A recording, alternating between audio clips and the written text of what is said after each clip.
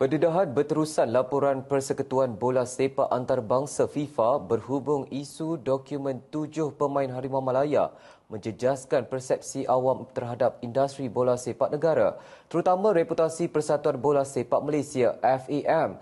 Seorang kolumnis sebuah portal tempatan, Frankie De Cruz, yang membangkitkan perkara itu mendakwa dengan penyiasatan berterusan ini pihak berkuasa di 5 negara berkaitan berpotensi membuka kertas siasatan secara menyeluruh termasuk terhadap ejen, keluarga pemain, pegawai bola sepak dan mana-mana individu yang dikaitkan dalam pemalsuan rekod rasmi.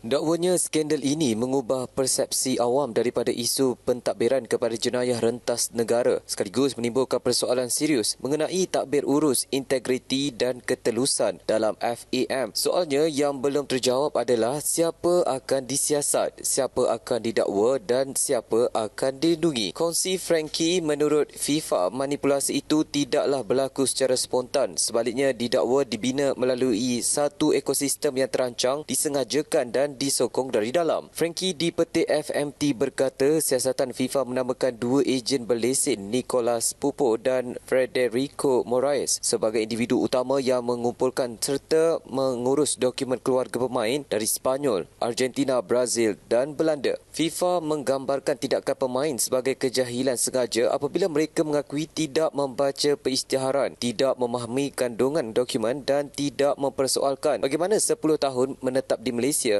muncul dalam rekod mereka. Apabila FIFA mendapatkan dokumen asal daripada negara asal pemain, semua dakwaan salah silah Malaysia didapati tidak berasas dan FAM akui pengubahan dokumen tetapi tiada pula nama pelaku didedahkan. FIFA menyifatkan penggantungan sementara Setiausaha Agung FAM Datuk Nur Azman Rahman sekadar gimik komunikasi dan bukan tindakan disiplin sebenar, memandangkan pegawai itu terus muncul di acara rasmi bersama FIFA. Laporan FIFA turut menimbulkan persoalan mengenai peranan Ketua Pegawai Eksekutif CEO Harimau Malaya, Rob Friend, yang mendakwa hanya mengetahui mengenai proses naturalisasi pada Ogos 2022, beberapa bulan selepas program itu berjalan aktif. Sementara itu, Presiden Pemerhati Rasuah Malaysia MCW Jais Abdul Karim menggesa kerajaan menangguhkan sementara program naturalisasi atlet sukan sehingga kontroversi melibatkan FIFA selesai. Sementara menjalankan audit semula terhadap semua naturalisasi atlet sejak 2015. Terdahulu, Stadium Nasional Bukit Jalil bergema dengan laungan protes terhadap FAM ketika Ultras Malaya menyuarakan kemarahan mereka berkaitan skandal pemain warisan itu. Sepanduk kecaman dan nyanyian berbau kemarahan dipamerkan sekaligus mencerminkan kemerosotan keyakinan penyokong terhadap tadbir urus bola sepak negara.